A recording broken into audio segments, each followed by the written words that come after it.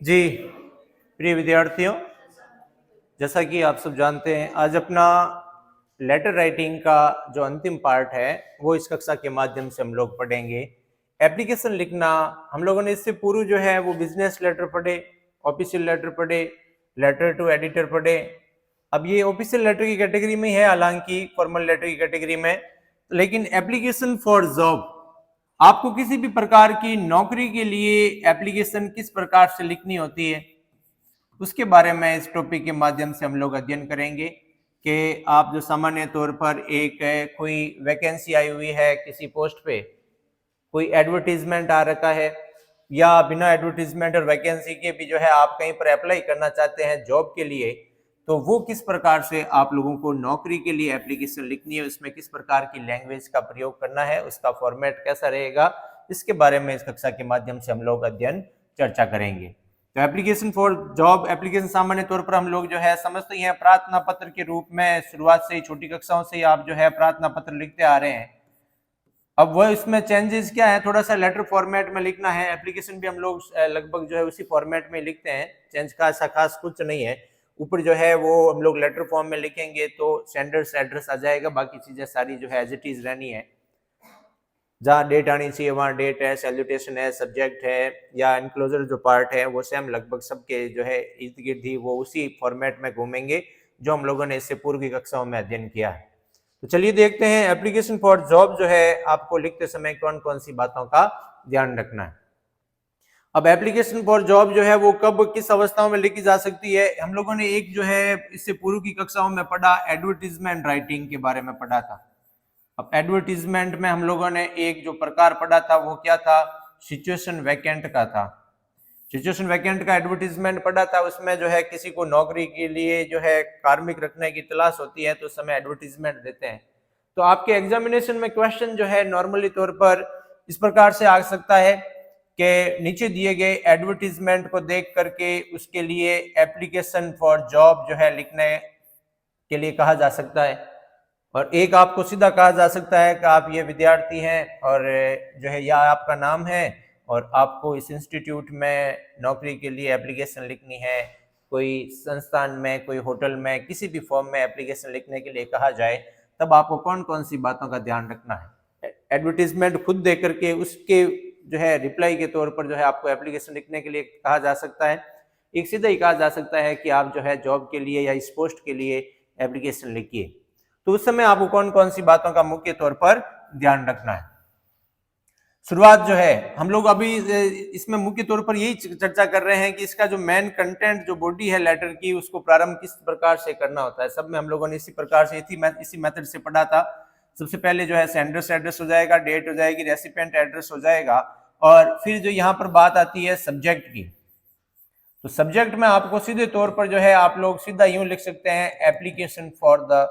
Job of post, किस post के लिए जो है जॉब के लिए आप अप्लाई कर रहे हैं उसको जो है आपको मेंशन कर देना है सब्जेक्ट में। सीधे तौर पर कैसे लिखा जा सकता है, एप्लीकेशन फॉर, अब एप्लीकेशन किस के लिए है, application for the job of post, फिर उस पोस्ट का नाम हो जाएगा किस पोस्ट के लिए। सीधे तौर पर सरसरी तौर पर हम लोग जो है सब्जेक्ट के तौर पर इसका प्रयोग कर सकते हैं किसी भी प्रकार के ऐसे एप्लीकेशन फॉर्म में जो लेटर लिखने के लिए क्वेश्चन आएगा। फिर हम लोग बात करते हैं कि जो हम लोग मेन कंटेंट सैल्यूटेशन के बाद, सर मैडम के बाद जो है उसका मेन कंटेंट प्रारंभ करेंगे, उसकी जो मेन बॉडी प्रारंभ करेंगे उसमें आपको मेंशन करना है। बिजनेस लेटर लिख रहे थे तो तभी हम लोग कह रहे थे कि उसके संदर्भ में, उसके बाद जो है कोई ऐसे पहले से लेटर प्राप्त हुआ है, इसमें पहले से क्या प्राप्त हुआ होगा, जैसे कोई एडवर्टीजमेंट आया हुआ है, कोई अखबार में एडवर्टीजमेंट देते हैं। क्लासिफाइड एडवर्टीजमेंट की कैटेगरी में एक कैटेगरी ये भी थी सिचुएशन वैकेंट की, तो उसमें हम लोग देखते थे कि भाई फॉर एग्जांपल आपकी कोई इंस्टीट्यूट है, आपका कोई स्कूल है, आपकी कोई किसी प्रकार का ऑर्गेनाइजेशन है, आपको उस लोगों की तलाश है, उस कार्य करने वाले लोगों की तलाश है, तो एडवर्टीजमेंट देते हैं, वॉक इन इंटरव्यू, फिर इसमें डिटेल देते हैं कितनी पोस्ट है, क्या जो है उसके लिए क्वालिफिकेशंस वगैरह है। ये अगर आया हुआ है और उसके संदर्भ में अपने को रिप्लाई लिखना है, रिप्लाई मतलब एप्लीकेशन लिखनी है, तब उस कंडीशन में किस प्रकार से प्रारंभ कर सकते हैं, this is with reference to your job requirement on portal या advertisement in newspaper for the role of. इसका तात्पर्य क्या हुआ ये पत्र मैं आपके द्वारा दिए गए अखबार में विज्ञापन के रेफरेंस में के संदर्भ में उसके प्रति उत्तर में लिख रहा हूं, या आपका जो पोर्टल है, ऐसा कोई ऑनलाइन पोर्टल है जिसमें आपने रिक्वायरमेंट के बारे में दिया था, उसके वापस रिप्लाई के तौर पर, उसके रेफरेंस के तौर पर मैं ये पत्र लिख रहा हूं। इस तरीके से प्रारंभ कब करेंगे? जब आपको ये कहा जाएगा कि भाई जो है आपने किसी प्रकार का विज्ञापन देखा है,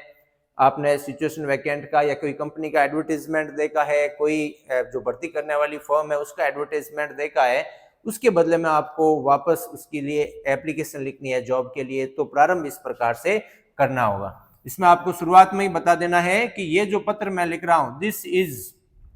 यह है, यह क्या यहाँ पर लेटर के बारे में कह रहा है, ये लेटर जो लिख रहा है, इस तरीके से लिख सकते हैं, या ऐसे नॉर्मल लैंग्वेज में भी लिख सकते हैं, I am writing this letter in reference to your job requirement on portal name। उसका कोई पोर्टल है कंपनी का, तब तो ये लिखिए, ठीक है ना, रेफरेंस टू योर। और मान लीजिए एडवर्टीजमेंट आया हुआ है तो यहां से लिखिए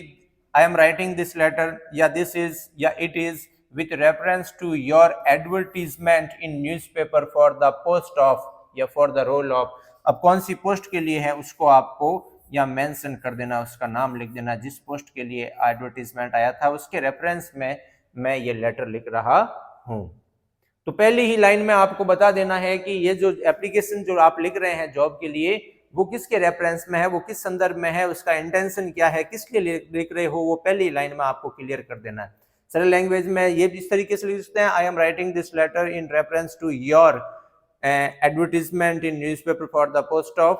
for example for the post of data entry operator, for example for the post of clerk, for the post of teacher in English। ये जिस प्रकार की पोस्ट है उसी के अकॉर्डिंग आपको इसकी शुरुआत करनी है,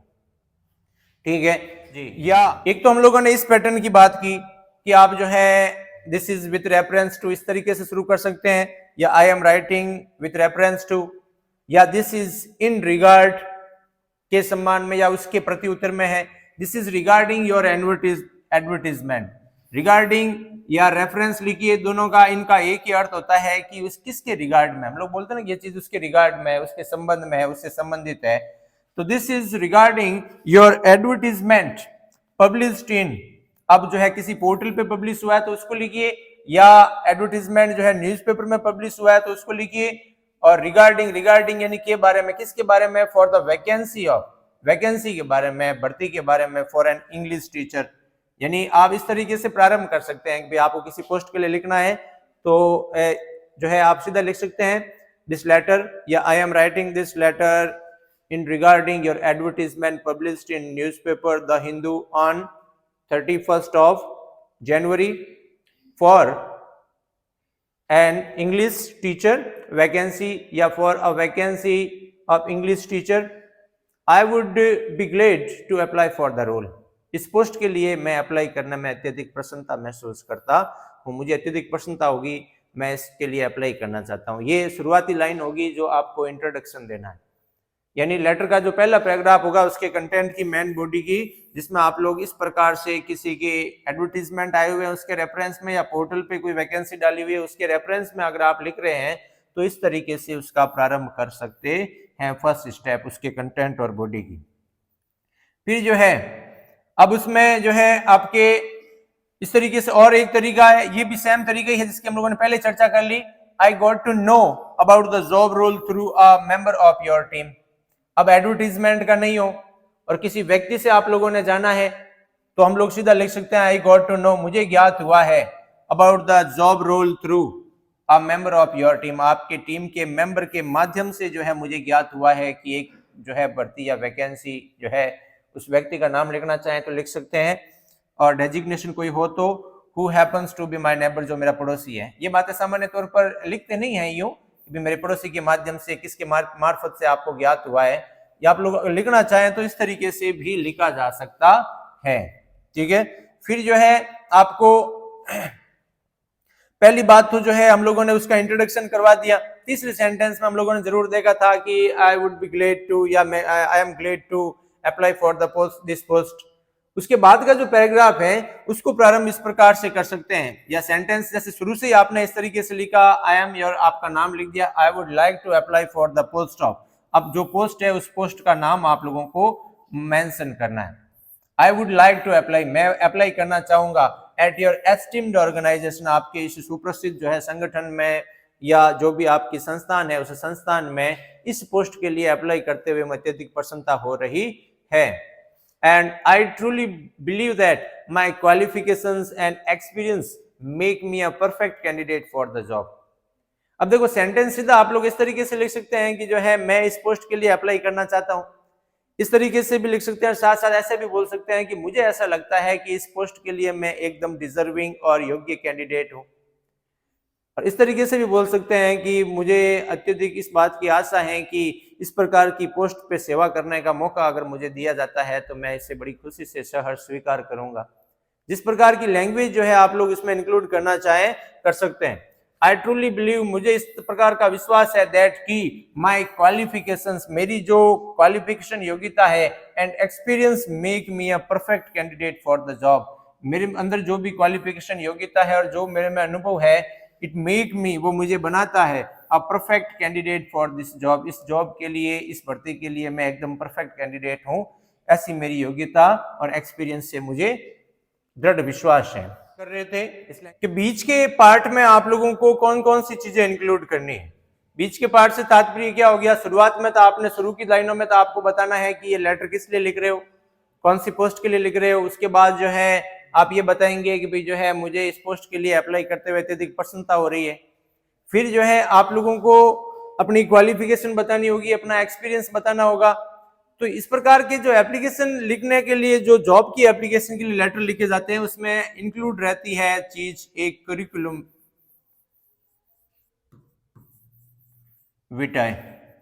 इस प्रकार का शब्द आपने देखा होगा, करिकुलम विटाe, या कहीं पे उसे लिखा जाता है रेज्यूम।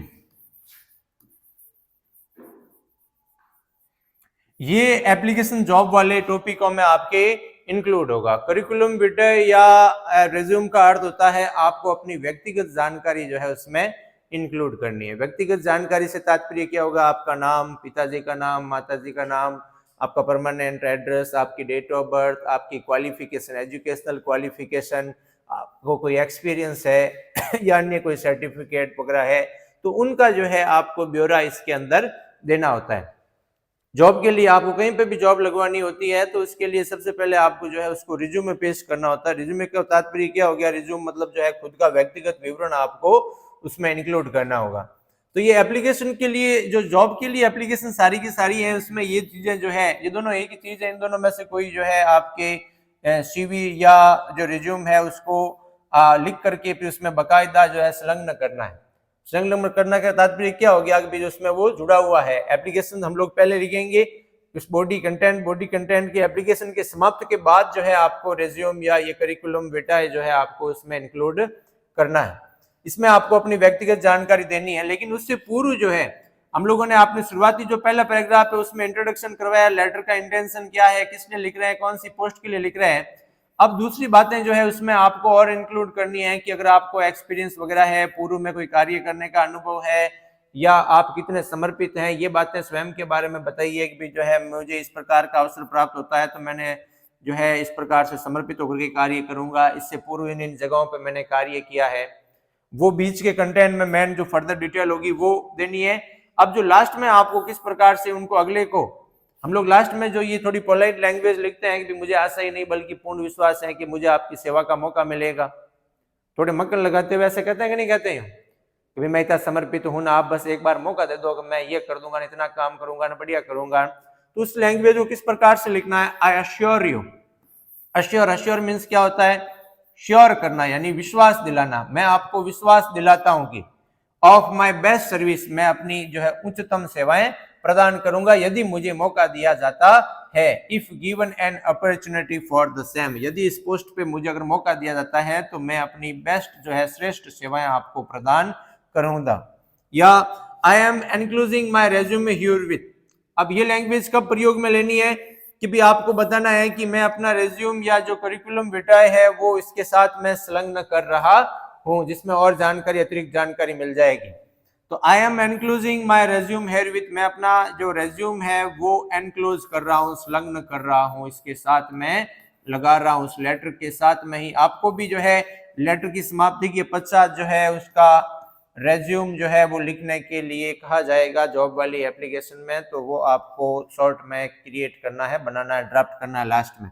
या I am enclosing my curriculum, बेटा दोनों एक ही बात है। हियर विथ फॉर परसुअल, परसुअल यानी अध्ययन के लिए, आपके अध्ययन के लिए जो है, पेरिसल के लिए मैं, ताकि आप उसका जो है अध्ययन कर सकें, उसके जो है मेरे बारे में और अधिक जानकारी जुटा सकें, तो वो मैं इस लेटर के साथ में इंक्लूड कर रहा हूँ, संलग्न कर रहा हूँ। ये लाइनें कब होगी? जब उसको आपको लेटर का एंड करना है तब। करिकुलम विटाए या रिज्यूम किस प्रकार से बनाएंगे?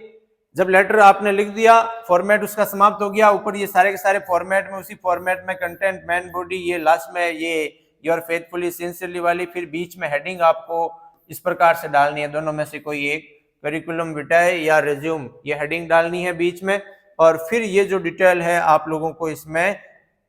इंक्लूड करनी है, जिसमें आपका नाम, पुनः father's name, date of birth, permanent address, educational qualification. Educational qualification में आप जो है उस पोस्ट के अकॉर्डिंग आपकी क्या क्वालिफिकेशन है वो मेंशन करेंगे। फॉर एग्जांपल जो है आपने एमए कर रखी है तो कोई सब्जेक्ट वगैरह का, कभी जैसे एमए इन पॉलिटिकल इंग्लिश जो भी है, ग्रेजुएशन की है तो वो उस ग्रेजुएशन को बता सकते हैं। और थोड़ा सा ज़्यादा विस्तार से लिखना आप चाहें तो कौन से साल में की है, कि भाई जैसे 2020 में की है और कितने प्रतिशत अंक बने, तो वो आप उसमें मेंशन कीजिए। सीनियर एग्जामिनेशन के बारे में लिख सकते हैं, सेकेंडरी के बारे में लिख सकते हैं, कौन से साल में और कितने प्रतिशत बने, ये सारी की सारी चीज़ें आपको उसमें एजुकेशनल क्वालिफिकेशन में इंक्लूड करनी है। और क्वालिफिकेशन में और एक्स्ट्रा क्या जोड़ा जा सकता है? एक्सपीरियंस के बारे में, एक्सपीरियंस ऑफ कितने वर्षों का आपको किसी प्रकार कोई अनुभव है तो वो आप उसमें इंक्लूड कर सकते हैं। एक्सपीरियंस ऑफ 5 ईयर टीचिंग या experience of working in IT hub, किसी प्रकार के जो है टेक्नोलॉजी की कोई इंस्टीट्यूट में काम किया है, कंप्यूटर चलाने का जो है आपको अनुभव है, तो ये सारी चीज़ें आपको इसमें इंक्लूड करनी है करिकुलम विटा या रिज्यूमे में, जिस व्यक्ति के द्वारा एप्लीकेशन लिखी जा रही है। और लास्ट में जो है आपको कॉन्टैक्ट नंबर या ईमेल एड्रेस वगैरह उसमें इंक्लूड करना है रिज्यूमे में। सामान्यतः ये चीज़ें मुख्य तौर पर, इससे अधिक भी हो सकती है, मुख्य तौर पर सरसरी तौर पर जो है आपको ये आपको इंफॉर्मेशन आपके रिज्यूमे में इंक्लूड करनी होगी। और ये रिज्यूमे जो है वो आपने एप्लीकेशन जॉब जो के लिए अप्लाई किया है वो इसके साथ में संलग्न होगा, इंक्लूड किया जाएगा, एनक्लोजर में ये रहेगा। तो प्रारंभ आपको सामान्य तौर पर जो है इस तरीके से किसी भी मेथड से किया जा सकता है रिगार्डिंग, और इनका प्रयोग करते हुए या राइटिंग का या इसका रेफरेंस शब्द का प्रयोग करते हुए बीच में फर्दर डिटेल देनी है। एंडिंग वाला पार्ट जो है आपको इस प्रकार से कि मैं अत्यधिक प्रसन्न होऊंगा और आपको इस बात का विश्वास दिलाता हूं कि मैं अच्छी सेवाएं प्रदान करूंगा यदि मुझे इस प्रकार का मौका दिया जाता है, और मैंने जो रिज्यूम है या करिकुलम विटाए जो है उसमें इंक्लूड कर लिया है, जिससे अधिक जानकारी या अध्ययन मेरे बारे में किया जा सकता है। और लास्ट में ये वाला पार्ट जो है आपको उसमें डालना है। और ये एनक्लोजिंग वाले पार्ट के बाद में वही थैंकिंग यू योर्स फेथफुली उस व्यक्ति का नाम हो जाएगा, फिर बीच में हेडिंग डाल करके जो है करिकुलम विटाए या रिज्यूमे जो है वो आपको इसमें इंक्लूड करना है। कई जगह पे आप देखेंगे इसको बीच में भी इंक्लूड किया जा सकता है, लेटर के बीच में, तो बीच में भी कर सकते हैं, इससे कोई प्रॉब्लम नहीं है, और लेटर के एंड में भी किया जा सकता है। चलिए इसका एक एग्जाम्पल देख लेते हैं, उसके बाद जो है समापन करते हैं इस टॉपिक को। इमेजिन दैट, मान लीजिए आपने किसी प्रकार का एडवर्टीजमेंट जो है एक न्यूज़पेपर में देखा, कौन से स्कूल का, government senior secondary school Nandwan को आवश्यकता है, requires a convent educated English teacher to teach senior classes. उच्च माध्यमिक कक्षाओं को 11th-12th को पढ़ाने के लिए एक अंग्रेजी के अच्छे अध्यापक की आवश्यकता है। इस प्रकार का एडवर्टीजमेंट अखबार में एक दिन आया था इस स्कूल का। Write job application in response to this advertisement, इस एडवर्टीजमेंट के रेस्पॉन्स में आपको एक जॉब एप्लीकेशन लिखनी है, और आप जो है अजय या अनीता है। तो सीधा क्लियर हो गया कि भाई जॉब वाली एप्लीकेशन लिखनी है, ठीक है, सीधा वहीं से लिख सकते हैं भली job application in response to this advertisement. ये तो सब्जेक्ट होने से रहा। हम लोग सामान्यतः क्या देखते हैं कि भाई जहां से राइट वाला पार्ट होता है तो वहीं पे जो है आपको सब्जेक्ट मिल जाएगा, लेकिन थोड़ी सी जो है आपको अकल का भी कार्य काम में लेना है। तो अब ये किसके लिए पूछा जा रहा है, तो आप सीधा इसका एडवर्टीजमेंट का सब्जेक्ट कैसे डाल सकते हैं, application for the job of the English teacher, अंग्रेजी टीचर की जॉब के लिए एप्लीकेशन, ये इसका क्या हो जाएगा सब्जेक्ट। सबसे ऊपर से एड्रेस किसका हो जाएगा, अजय या अनीता का, जो कहीं पर इसमें नहीं दिया है क्वेश्चन में, तो आपको इसको इंक्लूड कर लेना है। काल्पनिक दे रखा है कि भाई आप जो है अजय अनीता है और यहाँ रहते हैं, तब वो उसमें दिया हुआ पार्ट लिखेंगे। फिर वही जो है फॉर्मेट उसका व्यक्ति लिखने वाले का एड्रेस हो गया, फॉर एग्जांपल जैसे ये लिखा हुआ है, डेट हो गई, और principal of government senior secondary school Nandwan, ये आपके उस एडवर्टीजमेंट में या क्वेश्चन में दे रखा है कि भाई किस व्यक्ति को या किस जगह को, किस इंस्टीट्यूट को इस पोस्ट के लिए अप्लाई करने की आवश्यकता है। उसके वापस रेस्पॉन्स में अगर हम लोग लिख रहे हैं तब उस कंडीशन में उसका एड्रेस और ये हो जाएगा, रेसिपिएंट्स डिटेल यहाँ हो जाएगी। उसके बाद जो है सब्जेक्ट वही for the post of A lecturer in English या इंग्लिश टीचर, या application for the post of English teacher, किसी भी तरीके से लिखिए, या जॉब एप्लीकेशन से शुरू कर सकते हैं, जो जिस प्रकार से सेंटेंस में मुख्य तौर पर पता चल जाना चाहिए कि भाई ये जो लेटर लिखा जा रहा है उसका सब्जेक्ट क्या है, उसका उद्देश्य क्या है। क्लियर। फिर जो है मेन कंटेंट की बात करते हैं, सैल्यूटेशन हो जाएगा, डियर सर मैम जो भी है, और हम लोग सीधा लिखेंगे कि ये एप्लीकेशन मैं जो लिख रहा हूं आपके द्वारा दिए गए उस विज्ञापन के वापस रेफरेंस में। तो इस तरह से प्रारंभ कर सकते हैं, I am writing this letter in reference to your advertisement published in newspaper on, इतनी तारीख को, तारीख लिखे भली मत लिखे, मैं ये जो लेटर लिख रहा हूं, या ऐसा सीधा लिख सकते हैं, I am writing this application for the post of English teacher in reference to your advertisement in esteemed newspaper, या न्यूज़पेपर का नाम लिख दिया। So this application is reference to your advertisement which appeared in the Times of India dated on 5th October 2017 regarding a vacancy के संदर्भ में, वो advertisement जो था वो किसके रिगार्ड में था, किसके संदर्भ में था, post of English teacher in senior secondary section या सीनियर सेक्शन, जो हम लोगों ने सीनियर क्वेश्चन था, तो सीनियर वाली जो क्लास है उनको पढ़ाने के लिए जो एक आपके विद्यालय में शिक्षक की आवश्यकता थी, इस प्रकार का एडवर्टीजमेंट छपा था। तो ये पूरा एक सेंटेंस हो गया, तीनों लाइनों का एक ही सेंटेंस हुआ, और इसको तोड़ तोड़ के भी लिख सकते हैं कि भाई जो है जरूरी है जो है दिस एप्लीकेशन या दिस लेटर, या I am writing this letter in reference to your advertisement which was published, या advertisement in Times of India, ये नहीं लिखने वाला पार्ट भी, and I also want to, I am glad to apply for the post of, या apply for the vacancy for the post of English teacher in your school, आपके विद्यालय में मैं जो है, इसको दो अलग अलग सेंटेंस में पार्ट करके लिख दिया कि मैं जो इस पोस्ट के लिए अप्लाई करना चाहता हूँ या उसके लिए मुझे अत्यधिक प्रसन्नता है। I would like to apply for the same, मैं इसके लिए अप्लाई करना चाहूंगा इस पोस्ट के लिए। My biodata is enclosed for your kind perusal, मेरा जो बायोडाटा है यानी रेज्यूमे की बात की जा रही है, मैं रेज्यूमे इसमें संलग्न कर चुका हूं ताकि आप उसका अध्ययन कर सकें। And I would be highly obliged, ये उस कंडीशन में लास्ट में एनक्लोजिंग पार्ट में कि मैं अत्यधिक आपका आभारी रहूंगा यदि आप मुझे इस पोस्ट के लिए जो है चुनते हैं या सेवा का मौका देते हैं। आई अश्योर वाला जो पार्ट है, I assure you for best service if you give me this opportunity, ठीक है, या I would highly obliged if given a chance to work in your school, यदि मुझे जो है आपके विद्यालय में कार्य करने का या सेवा करने का मौका मिलता है तो मैं आपका ऑब्लाइज रहूंगा, आपका आभारी रहूंगा, कृतज्ञ रहूंगा। योर फेथफुली अजय और अनीता, जो भी है इनमें से। अब लास्ट में एनक्लोजिंग पार्ट में वही पुनः डाल देना है आप लोगों को, ऊपर हेडिंग डाली रेज्यूमे या करिकुलम बेटा दोनों में से कोई एक, और फिर आप यहाँ पे नाम हो जाएगा उस व्यक्ति का जिसने लिख रहा है, सरिता लिख रही है या अनीता लिख रही है, अजय नाम था क्या था जो भी, वो लिख दिया उसका, उसके पिताजी का नाम, date of birth, permanent address और उसकी क्वालिफिकेशन, जिस पोस्ट के लिए किस प्रकार की क्वालिफिकेशन की आवश्यकता है वो क्वालिफिकेशन इंक्लूड कर दी, और कॉन्टेक्ट डिटेल मेल वगैरह लिख करके इसका समापन करेंगे। क्लियर। तो इस प्रकार से जो है एडवर्टीजमेंट सामान्य तौर पर आपके एडवर्टीजमेंट आया, उसके रेफरेंस में जो है जॉब एप्लीकेशन जो है उस जॉब के लिए अप्लाई करते समय इस प्रकार की भाषा शैली का प्रयोग करते हुए आपको लेटर लिखना है। Thank you.